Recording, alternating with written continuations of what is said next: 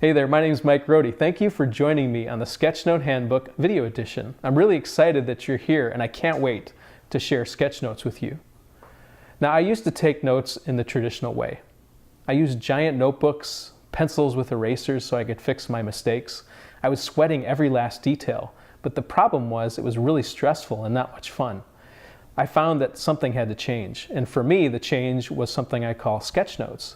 Sketchnotes focus on visual elements in addition to traditional notes, text, and bullet points. You add things like arrows and dividers and drawings and other visual elements that make Sketchnotes fun to take and fun to look at later. The other thing that's distinct about Sketchnotes is you focus on the big ideas and you don't sweat the details. You listen for the things that are relevant and meaningful for you, and then you capture those on paper, creating a kind of visual map. It's not about fancy art, so if you're not a great artist, you can still make some great Sketchnotes. Sketchnotes are really about hearing and listening and thinking, and then putting those ideas that mean something to you on paper in a visual map of sorts. Some people tell me because they can't draw, they can't make Sketchnotes, but I don't think that's true. I think you can draw better than you think you can.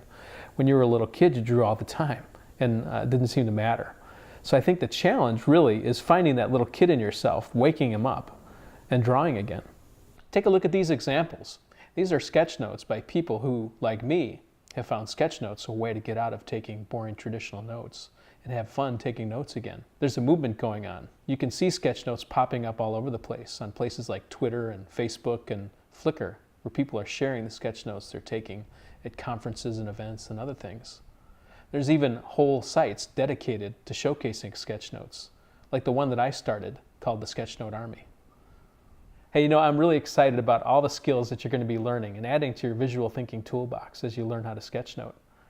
But it's important to remember that when you start something new, you should go easy on yourself. Build on the successes you're having. Be happy with the things you can do, and don't focus so much on the things you can't. One real easy way to do Sketchnotes is to take your traditional notes and just take a section, maybe a quarter of the page, and experiment with some of these sketchnoting techniques. Maybe you're playing with typography. Maybe you're drawing a picture of how funny the person speaking is. Whatever the case, take your time, play around with this small section of notes, and have fun. And you'll find that as you do this, you'll have richer notes, and you'll be excited about taking notes again.